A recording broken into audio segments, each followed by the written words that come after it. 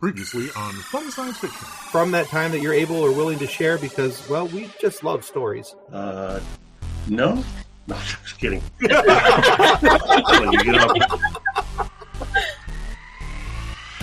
Hey, this is Clayton Sandell, and welcome to the Funny Science Fiction Podcast. The podcast that made Ender Wiggins think that the Formix might not be so bad after all. All right, our guest today is a major Star Wars nerd, but still cooler than the rest of us because, well, he's found a way to sneak this fandom into his everyday job. Our guest is Newsy news correspondent Clayton Sandell. Yeah, hey, guys. Thank you for joining us today, Clayton. Hey, thank you for having me. How you guys doing? We're doing well. I'm excited to have you on today because I've seen some of your other interviews, and as I'm watching it, I'm like, no, they were cool, man. I'm watching some of them, and you've interviewed on a couple shows where we've had people on from, and like you talk with Lacey Gillerin from the Resistance Broadband Network. Oh yeah, and a couple different times, and those guys are really cool. I follow them, and vice versa. But as I was watching some of your interviews, I'm going, man, this guy's cool. He gets to bring all this stuff into work. That's awesome. And then there's a documentary which we'll talk about in a little bit that you were part of around the time of The Last Jedi when that came out. Mm-hmm. And so there's some really cool stuff to talk about. So well, let's talk. It's been kind of a fun ride, and I didn't really mean to have it become part of my work, but when I kind of discovered by accident that could be a thing, it was like put my claws right into it and made it happen. So when you can figure out how to bring what you enjoy into work and make your work that much more enjoyable, that's awesome. Yeah, exactly. Yeah.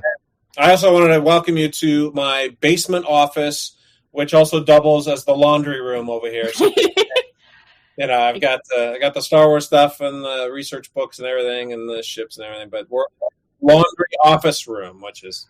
If you're smart, you kind of paint them like a beige color and just call them gonks. You'll be fine. There you go. Yeah, exactly. Yep. There you go. The wife might think that they don't match, but the rest of the house decor. But that's a whole other topic. Absolutely. So Clayton, as our resident Star Wars fanboy here on Funny Science Fiction, I'm always happy to talk to another Star Wars fan. And one of the things I love talking to other Star Wars fans about is what got them into Star Wars, what makes them tick, what keeps them coming back. So in your case, what is your entry point into the Star Wars fandom? What's your favorite movie and what keeps you coming back to the universe? Well, my entry point was the original Star Wars film in 1977. My favorite film is The Empire Strikes Back, and that is, I call it my comfort movie. Like when I'm doing something around the house or, just not feeling up, whatever.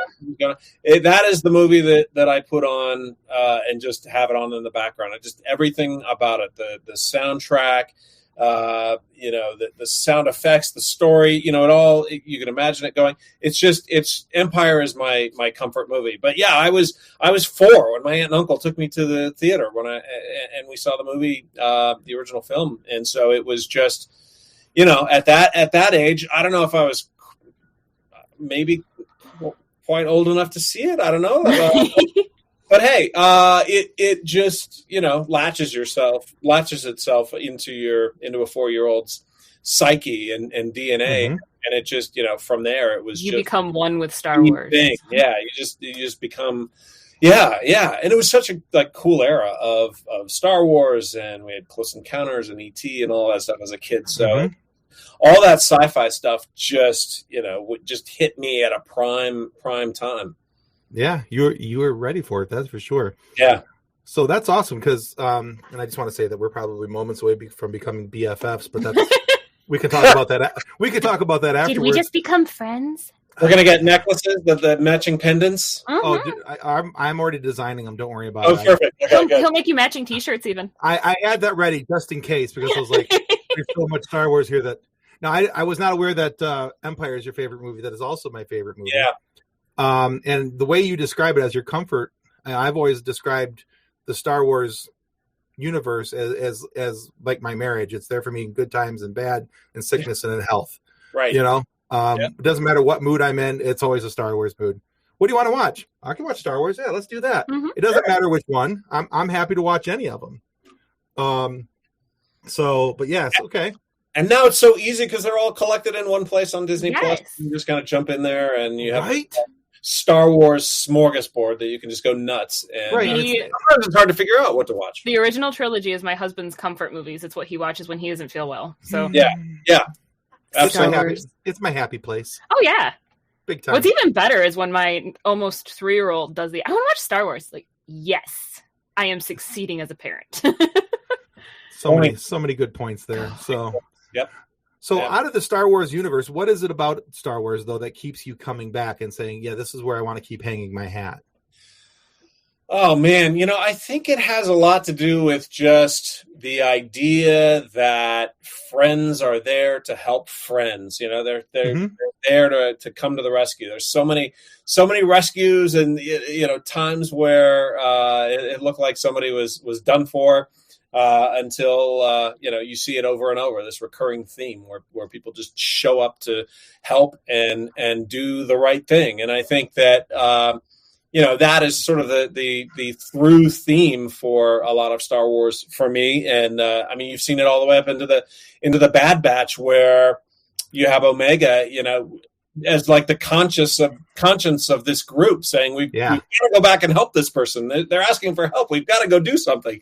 It's not something that they can do to just stand back and watch things go by without helping out. So to me, that's sort of the foundational theme of Star Wars and these stories. But beyond that, as a kid, it was just like the ships and the droids and the dogfights and the explosions and the lightsabers and all of that.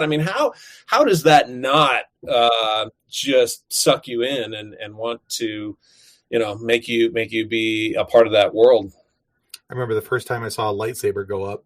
Oh, just it's like, whoa, what is that? Yeah. At home I don't remember that moment. Oh, I do clearly, and I remember going home and taking broomsticks and anything that was round and cylindrical that I could swing around at somebody. And it was now a lightsaber. So I think because of where I am age-wise, with the prequel trilogy coming out when I was a kid, I had already seen 4, 5, and 6 repeatedly. Right. I don't remember watching them for the first time because they were part of our life. They were always there. Yeah, exactly. Yeah. My parents are huge nerds. My dad he passed a year ago, but my dad is who got me into sci-fi. Like, he introduced me to Star Wars, he introduced me to Star Trek, he introduced me to Doctor Who. And so there was always something sci-fi on. I don't remember, I'm kind of sad. I don't remember the first time seeing a lightsaber light up. I do remember seeing Darth Maul's lightsaber though, and doing the whoa. Oh yeah. Because that was in the trailer, remember? And it was there was this shot that people were like, "Oh my gosh, it's double-ended." What? Yeah. And going back to 1977, I have on YouTube. I should send it to you guys. I found a few years ago. I had some old 8mm home movies transferred over to video, and one of them was Christmas 1977, when there really weren't any Star Wars toys, but there was this thing that was basically a red plastic flashlight that attached to this semi-transparent tube, and you could put a blue-colored gel or a red-colored gel inside of it and turn it on, and it just looked like a red flashlight with a stick coming out of it. But that was the original lightsaber, and I've got pictures of me unwrapping it on Christmas morning, and it's just like that. That's awesome. That's so cool. Star Wars toy, because there weren't any at that point. Yeah, right. Really. Oh, that's goodness. Cool. So the majority of our guests have an extensive IMDb filmography of movies, television, voiceover work, all various forms of fiction. Yours includes ABC World News, Tonight, and Good Morning America, and now Newsies. Or Newsy, sorry. Newsies would be cool. Anyway. It would be cool. But now with Newsy. But I can't sing or dance, right? So I can't do any of those. We had OG Banks on the show, and he was in the movie with Christian Bale, and he can't sing or dance either, and he was still in it. So okay, good. I think he'll be okay. I think his explanation was that he was an actor that could move well. That Yeah. was close enough. I think that was how he described it. Yeah. So you could be. Are you a reporter that moves well? Reasonably well, yeah. In dangerous situations, sure. I think you'd be okay then. But you've got some notable dives into reporting on Star Wars. So, are you the resident Star Wars fan where you work? And I will. Yeah. Yes. And go ahead. Sorry. No, it's fine. I just wondered how you got that gig, and I was also saying that if you're not, I'm sure Tim would totally take it. Yeah, or be my fill-in when I'm maybe when I'm off. Yeah, I'd be willing to help. It really did happen by accident. Like I said before, there was when the announcement was made that Disney had purchased Lucasfilm and George had sold the company, and I was so excited by the idea that the movies were coming back. My fandom had always kind of been there, but I wasn't super active in it. Mm-hmm. And I had never been, for example, to a Star Wars celebration. So I told my wife, don't buy me a Christmas present this year. What I want is, the 3-day pass to Celebration. I'm going to take time off of work, and that's what I want to do.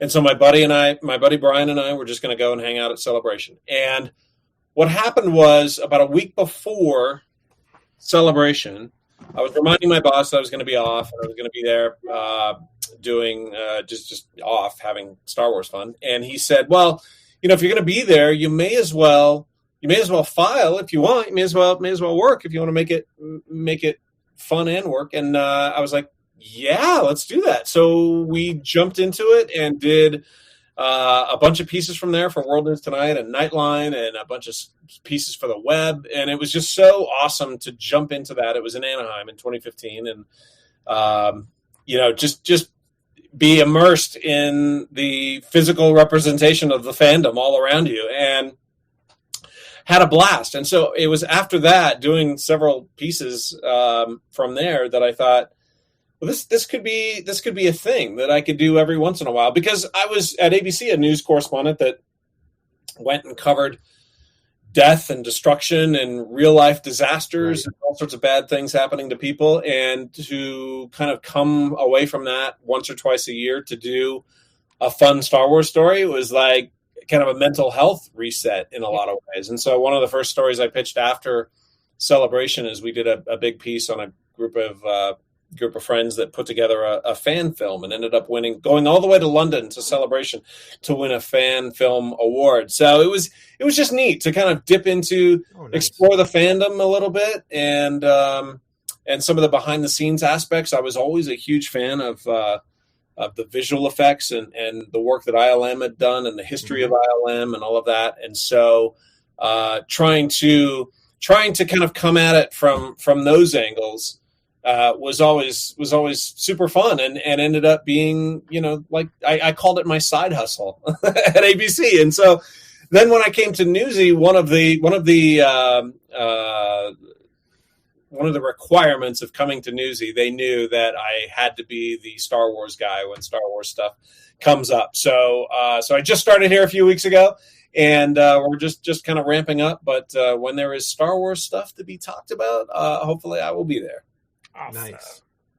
The guy. And there is going to be Star Wars stuff to talk about because the Obi-Wan series is... Oh, yeah. In fact, I was talking to somebody at Lucasfilm the other day who had just been down to the Obi-Wan set, and that is very exciting. There's like Rogue Squadron, we've got Boba Fett, we've got more Mandalorian. Can I just take a second at how calm you just said you talked to somebody at Lucasfilm? Like...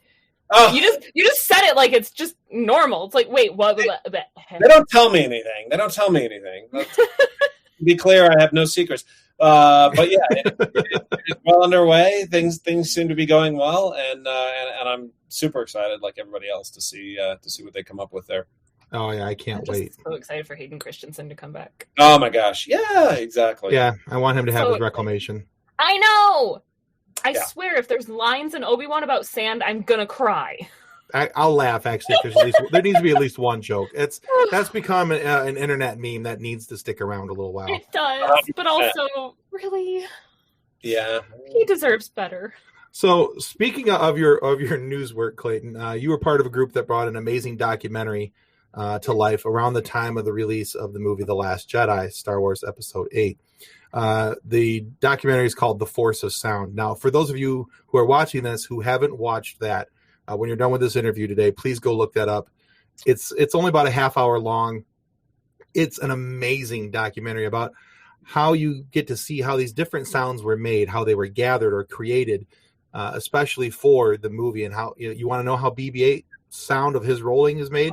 They'll show you in the how the Porgs. Yeah, the sound of how they, the coins being collected into BB-8, how they shot them out, all that's, it's so very cool, so very detailed.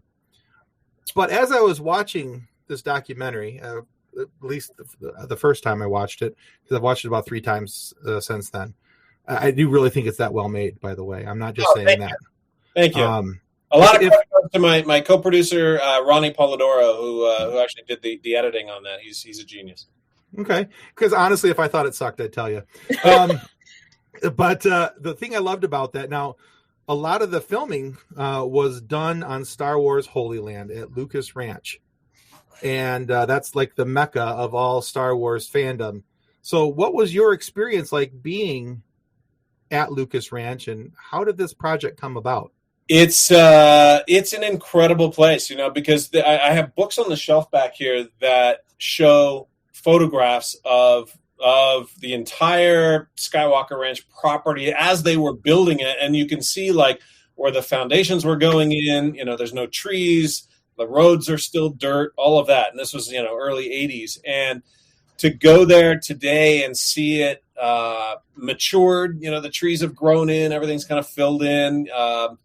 It's just an amazingly magical place that is created for filmmakers to have this place where they can go and be inspired. And it's hard not to be, because everywhere you turn is just some beautiful vista. There's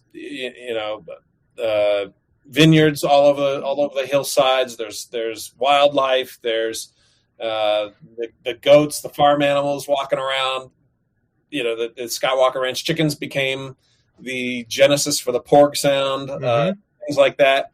And it's just, it was George had a story for every building that he designed. He describes himself as a frustrated architect who happens to be a storyteller. And so the production building where Skywalker Sound is based looks like a 100-year-old winery from the outside. It looks like it's been there forever. And inside, it's one of the most technically advanced buildings that you'll ever step foot inside. And so, but it's got an entire backstory, and so as does the main house, and as does the other places. So it is this really incredible place where people come and ultimately, hopefully, are inspired to do their best creative work.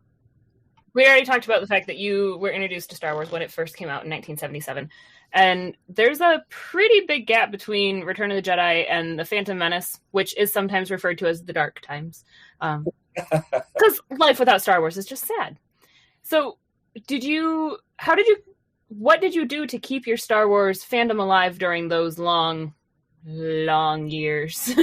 Yeah, I jumped into less of the like EU. I was never really into the books or comics. The storytelling part of Star Wars, the Star Wars stories, I was much more into, and I'm not sure exactly why I gravitated towards this, but I was much more into the special effects. How did they do all this stuff? And so I jumped into the books that they wrote about ILM, which in the early days covered not only Star Wars, but talked about everything that they worked on, from E.T. to Poltergeist to, young Sherlock Holmes and Jurassic Park and all these other things. And so I wanted to learn. I was just fascinated by the early history of ILM and these guys, these men and women in this industrial, park in Van Nuys, and how it evolved from there and moved north. And so I wanted to learn all about how they did this stuff in the pre-digital age. And so that's really what I collected. I think over here on the shelf, I've got pretty much every ILM book and behind the scenes book that's ever been written. And then I know they came much later, but the behind the scenes books by J.W. Rinsler, who sadly passed away last week, were just exquisite tomes of very detailed research. And he had access to the archives and access to interviews and interviewed new people. And so that's what I really ended up gravitating towards is the process of how these movies were made, where they were made, the locations, the crew members and things like that. So that's kind of what kept it alive for me. Less so, I know a lot of people got into the EU stuff, but for me, it was behind the scenes that was really fascinating and always has been. Yeah, I can see that because I never, as much as I have loved Star Wars over the years, I've never done the deep canon dives, or the Legends dives, or right. And didn't get into the comic books. I played a few of the video games and things along those lines, but I really enjoyed I didn't get into the special effects side, but I liked how George formulated the movies side of things. So when the revisions of the movies came out and they had the additional DVDs with the behind the scenes, how the movie was made type of stuff, and these different special events that talked about how you get to see how the speeder actually floated, as it was being driven, and all these different things. To me, that was really cool because I wanted to see how my favorite universe came to be and how George got this thing that was in his head, out into a screen in front of him, and how people helped him make that vision a reality. And so to me, that was always kind of the cool thing. I didn't necessarily care whether it was special effects or not, but I loved that behind the scenes stuff as well, just from a different angle. Yeah, it was just so cool to see like how people like Ralph McQuarrie had probably the biggest influence on the look of that entire galaxy, which continues today. That he's probably, I would say he's almost equally as important as George in terms of how that entire Star Wars universe came about and what it looks. People like Doug Chiang who is still designing concept art for some of these productions and places like Galaxy's Edge. They still go back to the Ralph McQuarrie guidebook, so to speak. Sure, absolutely. So another thought here, I want to talk a little bit more about what you've done as far as your news related experiences, because I'm just kind of, I'm not gonna lie, a little stuck on that, a little jealous of some of this. But so this is cool. But being the resident Star Wars guy has clearly had a little bit of perks for you along the way. You've got to go to Lucas Ranch. You got to preview Galaxy's Edge. That was pretty awesome. You've been be able to go on all these different talk shows and talk about with other people about your love of Star Wars and share that with other people and all those things. And that's, to me, that's all very cool. And clearly, being here today is a culmination of all those years of fandom. We understand that. We're thrilled to have you too. It really is the peak. I admit. Yeah, it's the top tier. We get that. But other than today, what's the best moment for you so far as being a Star Wars fan? Oh wow, that's a loaded question for a Star Wars fan. I mean, there's been so many good ones.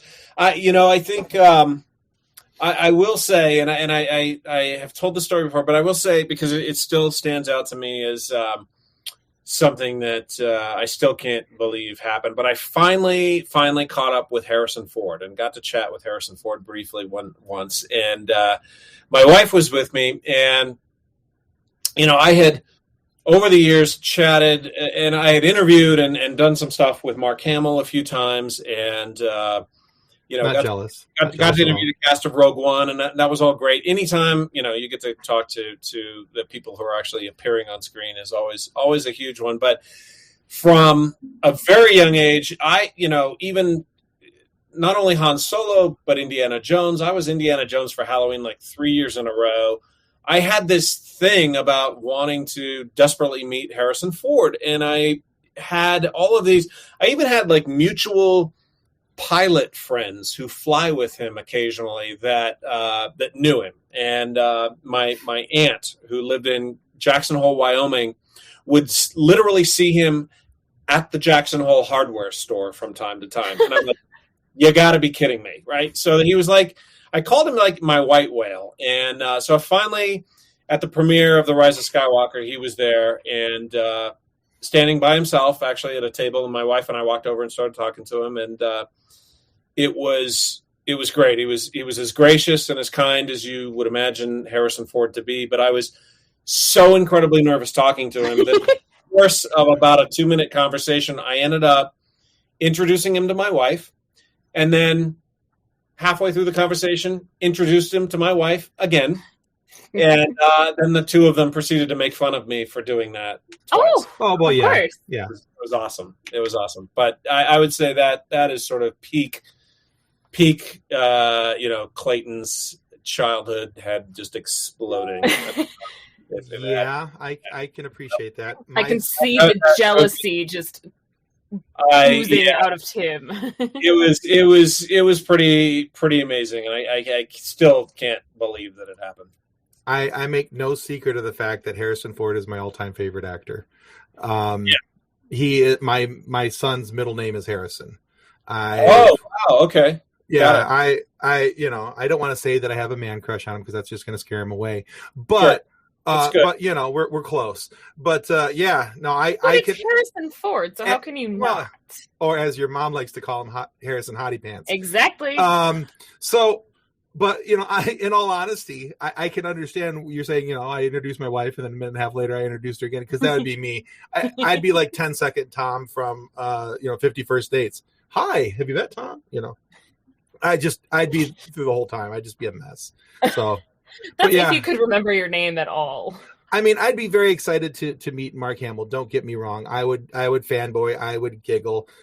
I think if I met Harrison Ford, because of him he's Deckard, he's Harrison Ford. He's Harrison Ford. See, I can't even get the sentence out. He's Indiana Jones. Think about him. Now you know how I felt. Yeah, exactly. He's Han Solo. He's all these things. He's Indiana Jones. Yeah, I'd be a puddle on the floor. So good for you for being able to get 2 complete sentences out. Hi, I'm Clayton. This is my wife. Congratulations to you, sir.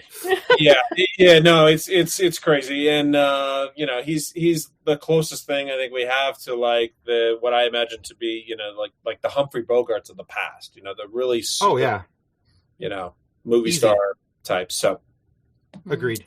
Anyhow, yeah, that was a big one for sure. So talking about Harrison Ford and the amazing role that is Han Solo. The Solo movie.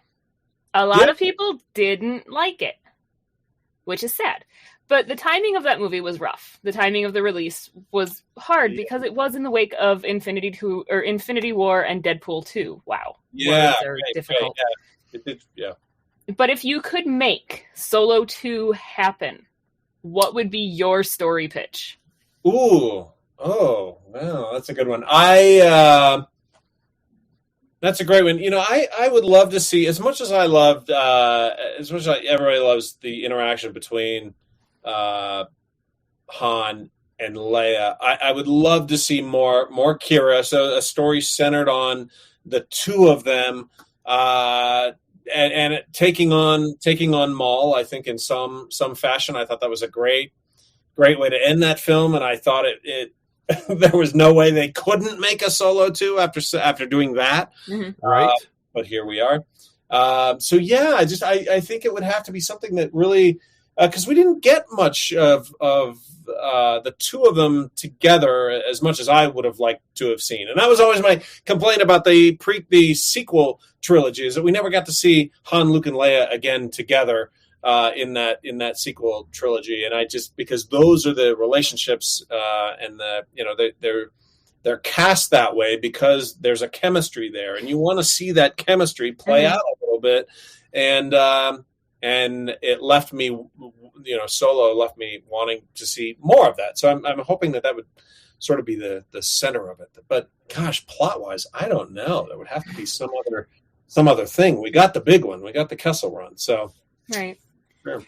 I would love to see somehow Han go after Kira, meet up with her, and the two of them convince her to leave the crime syndicate and fight against Maul to get to that point. Mm-hmm. Yeah. Because the inclusion of Maul would be just amazing. Yeah. Oh, yeah. Yeah. Absolutely.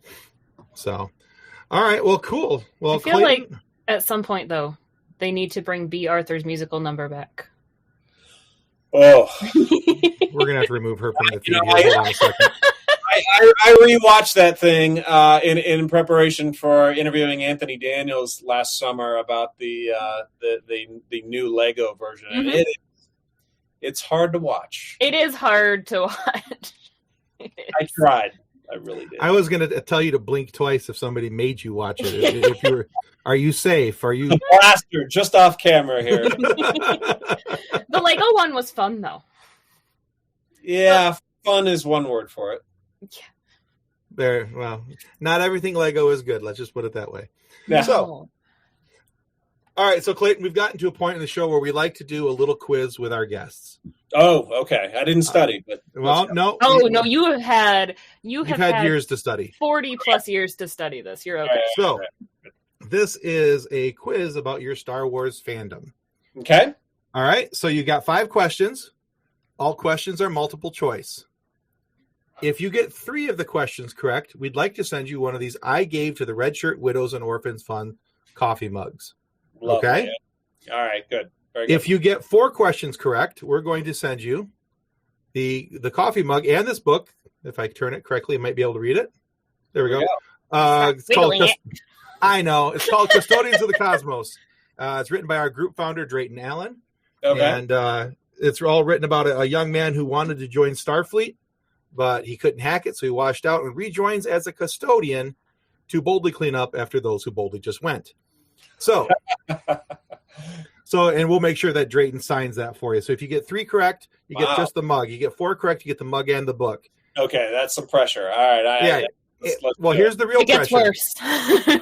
We like to call it a fun sequence. If you get less than 3, so either 1 or 2 correct, we take a picture of you, we make a meme out of you, and we submit it to our group for approval.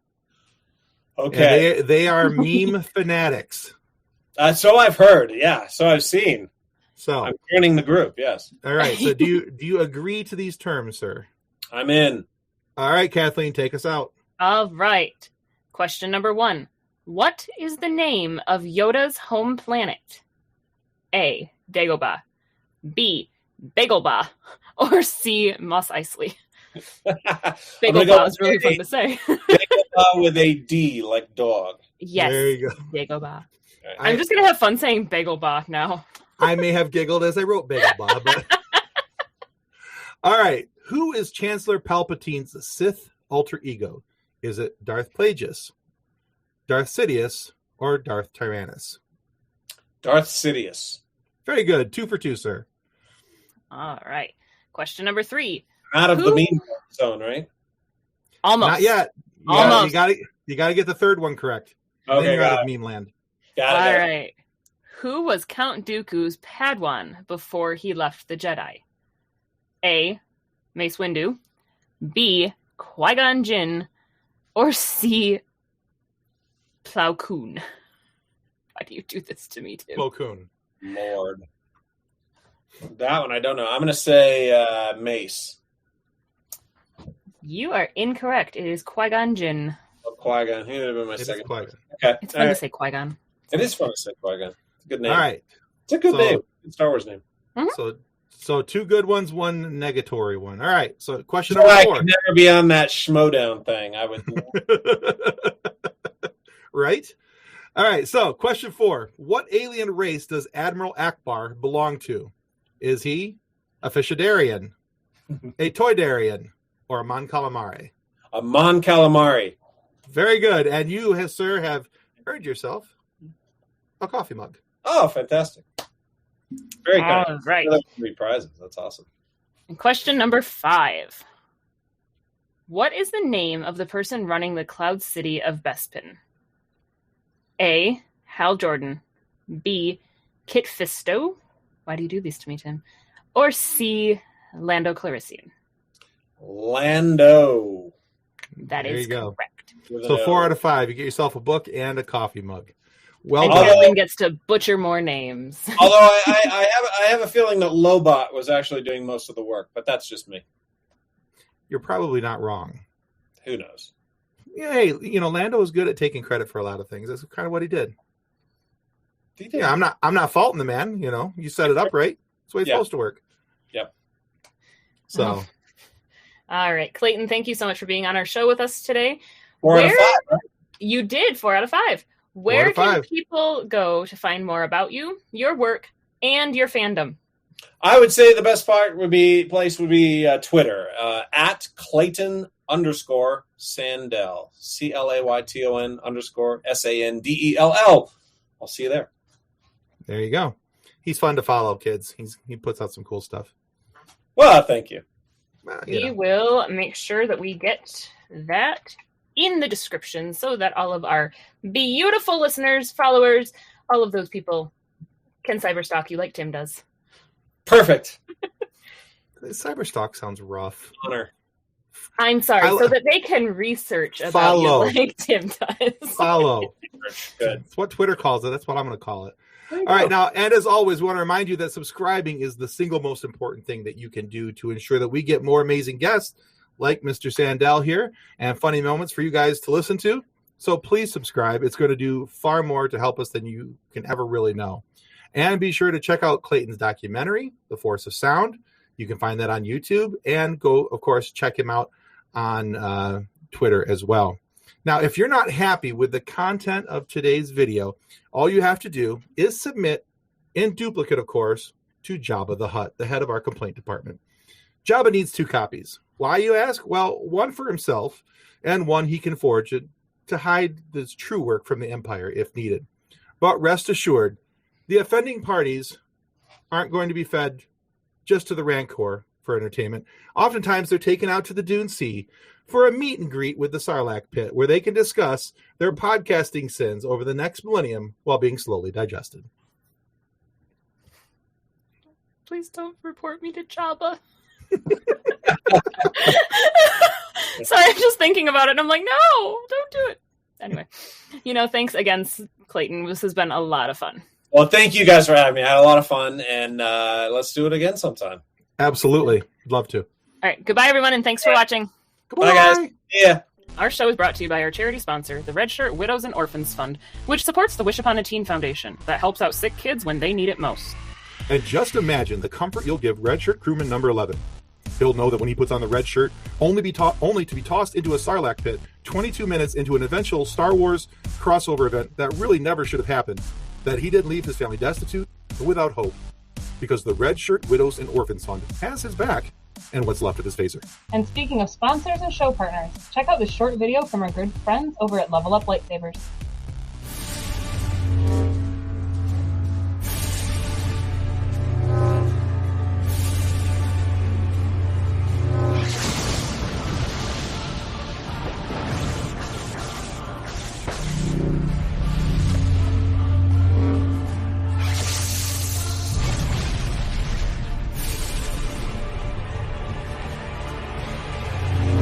Information about Level Up Lightsabers and their online training sessions can be found in the episode description below.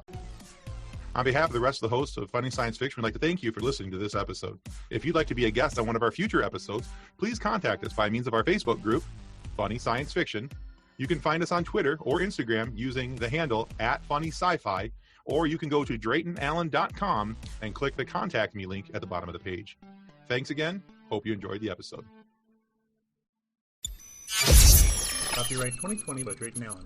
Original music by Jordan Michaels. Reference to any specific product or entity mentioned in this podcast does not constitute an endorsement or recommendation of or by Funny Science Fiction or its sponsors. The views expressed by guests are their own, and their appearance on the program does not imply an endorsement of them or any entity they represent. If you have questions about this disclaimer, please contact us via email at DraytonAllen@DraytonAllen.com.